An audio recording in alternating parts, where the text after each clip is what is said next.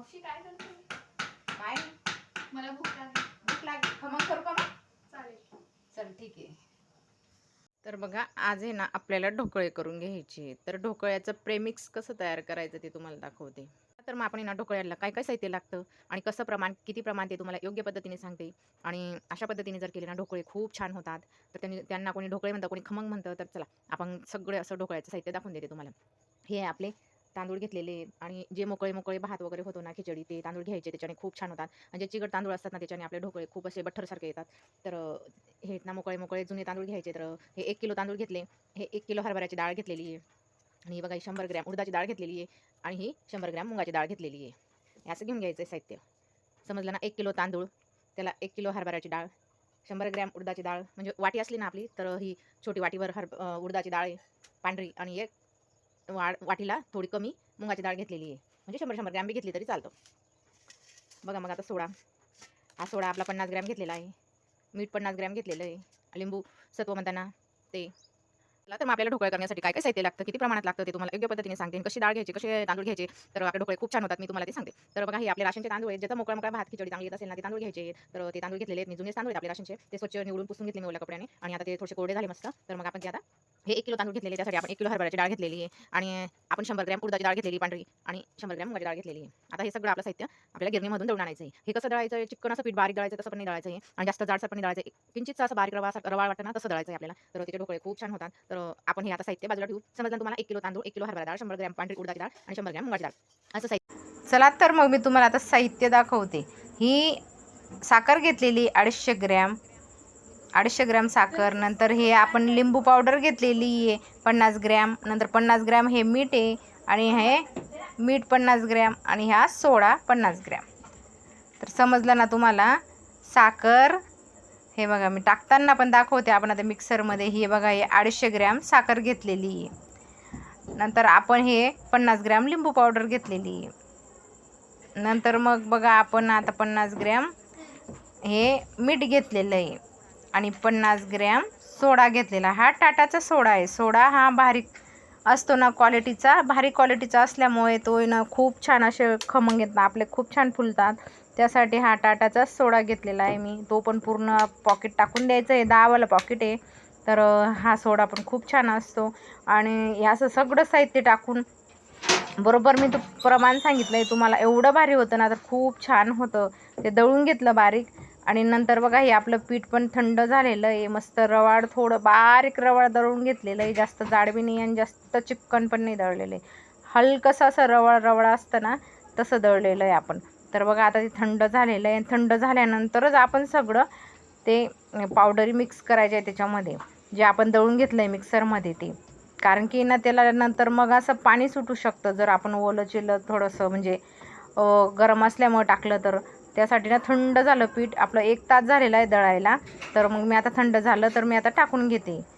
तर बघा आता मिक्सरमधून काढून पूर्ण त्याच्यामध्ये असं मिक्स करून घेते. बघा बारीक मस्त दळून घेतलेलं होतं. आणि आपलं सगळं असं लिंबू पावडर, साखर, मीठ, सोडा सगळं चांगलं दळताना चांगलं एकजीव झालेलं आहे. आणि आता याच्यामध्ये आपण चांगलं सगळं एकजीव करून घेणार आहेत. तर आता सगळं मी मिक्स करून घेते, आणि मग आपण खमंग करायला घेणार आहेत. चला म्हटलं नाश्त्यासाठी आपण हे पीठ आहे ना, तुम्ही आपल्याला अर्जंट आता भिजायचं आहे तर फक्त पीठ काढायचं आणि फक्त पाणी टाकून भिजायची गरज राहते, बस. तेल टाकून थोडं, दुसरं काहीच टाकण्याची गरज पडत नाही त्याच्यामध्ये. एवढं भारी होतात ना, तर खूप छान होतात. हे पीठ आता तुम्ही 2-3 महिने आरामाने जाऊ शकतं. मस्त पॅकिंग डब्यात भरून ठेवा, हवाबंद डब्यामध्ये भरून ठेवायचं आहे, काचेच्या बरणीमध्ये नाही तर फायबरच्या बरणीमध्ये. आपल्या स्टीलच्या डब्यांमध्ये अजिबात चालत नाही ते, कारण की ना त्याच्यामध्ये चांगलं मिक्स झालेलं आहे आपलं हे असतं. ढोकळे करण्यासाठी घेऊ.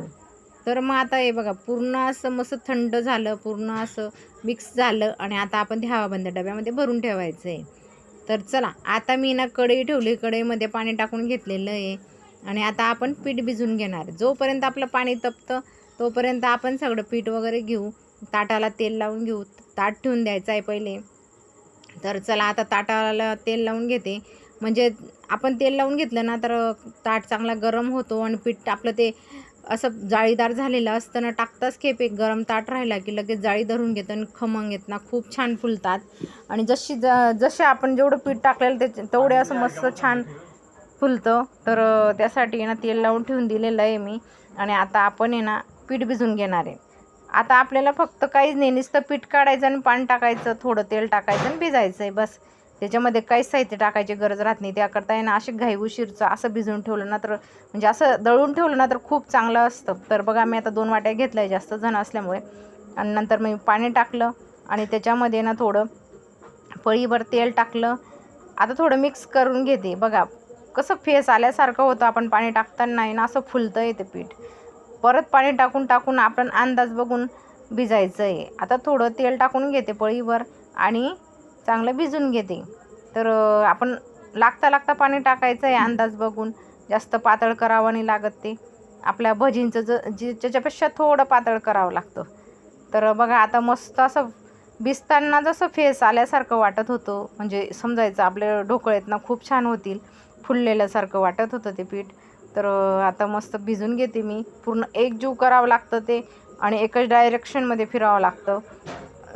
वेगवेगळ्या प्रकारे इकडे तिकडे असं नाही करावं लागत. आता माझा हात असा गोल चालून त्याच साईडने घ्यावं लागतं.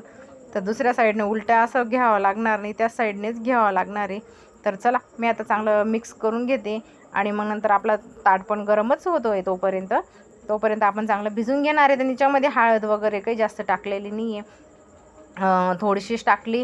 कारण की हळदचं पण कधी मध्ये लाल असं तसं होऊ शकतं. त्यासाठी तुमच्याकडे जर चांगला पिवळा कलर असला ना तर तो पण टाकू शकता तुम्ही. कलरचे पण खूप छान होतात, म्हणजे ढोकळे खूप छान होतात. तर बघा पीठ आपलं खूप भारी भिजलं गेलं आणि नंतर मी आता ताटामध्ये टाकून घेते. आपण जसं ते ह्याचं भिजतो ना केक सारखं त्याच्याप्रमाणे थोडं पातळ भिजावं लागतं. आणि आता बघा मस्त झालेलं आहे आणि मी पूर्ण टाकून दिलं. आणि आता थोडंसं कानं करून घेते. ताट एका साईडला राहून गेलेलं आहे ना, तर इकडे तिकडे कानं करून पूर्ण ताटभर करून घ्यायचं आहे. तर चला आता आपले खमंग आहेत ना खूप छान होतात आणि मी पहिले करून पाहिलेलं आहे. तर म्हटलं चला म्हणून मी तुम्हाला दाखवते तर कसं होतं काय होतं. तर आता मी ताट ठेवून दिलेलं आहे आणि आपले खमंग मस्त होत आहे. तोपर्यंत आपण आता फोडणीसाठी मिरच्या वगैरे चिरून घेतो. तर चला आपण आता दुसरं साहित्य करून घेऊ. आणि आपल्या 10 मिनिटात ढोकळे रेडी झाले. मस्त छान असे फुलले, जाळीदार झालेले, मस्त झाले. आणि आपण येत ना अशा पद्धतीने जर करून घेतले ना साधे आणि सोपे आणि कमीत कमी खर्चात घरच्या घरी आणि भरपूर पीठ पण येतं. आपलं 2 किलोचं प्रमाण हे 1 किलो तांदूळ 1 किलो डाळ आणि ते वरती वाटी असं आपलं 2 किलोचं प्रमाण धरलेलं आहे आपण. तर बघा आता तडका देण्यासाठी तेल टाकलं, जिरं मोहरी टाकली आणि मिरची वगैरे टाकायची त्याच्यामध्ये, कढीपत्ता. आपण असं मस्त तडका देऊन घेऊ. आणि आपलं ढोकळे आहेत ना उन्हाळ्याचं कसं चांगलंच खाऊ वाटतं. तर म्हटलं चला ढोकळेच करून घे. मुलांना पण भूक लागलेली होती आणि एवढे भारी होतात ना. तुम्ही एक वेळेस करून बघा. अशाच पद्धतीने सगळं साहित्य घ्या, करून बघा. तुम्हाला जर कमी प्रमाणात जर करायचं असेल तर याच्यामध्ये अर्धा किलो घ्या, अर्धा किलो तांदूळ, अर्धा किलो डाळ असं पण घेऊ शकता तुम्ही. आणि त्याच्यामध्ये 25-25 ग्रॅम घेऊ शकता लिंबू पावडर, सोडा. ते जसं आपलं म्हणजे आता जे प्रमाण सांगितलं त्याच्या अर्ध्या सुद्धा करू शकता तुम्ही.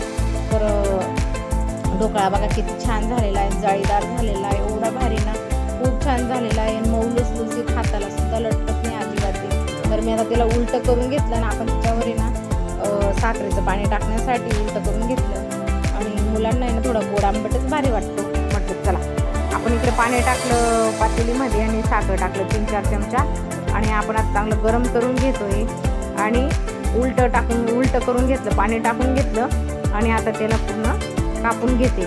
मस्त बघा छोटे छोटे असे पीस करून घ्यायचे. मस्त छोटे छोटे तुकडे करून घेतले ना तर भारी होतात ना आपले ढोकळे. आणि आता चला आपला तडका पण झालेला आहे ना. आता आपण याच्यावरच मस्त फोडणी घालणार आहेत आणि खायला पण एवढे भारी लागतात ना. घरच्या घरी केलेले सेम हॉटेलसारखेच होतात, जाळीदार, मऊ लुसलुसीत, इतकं भारी होतात ना.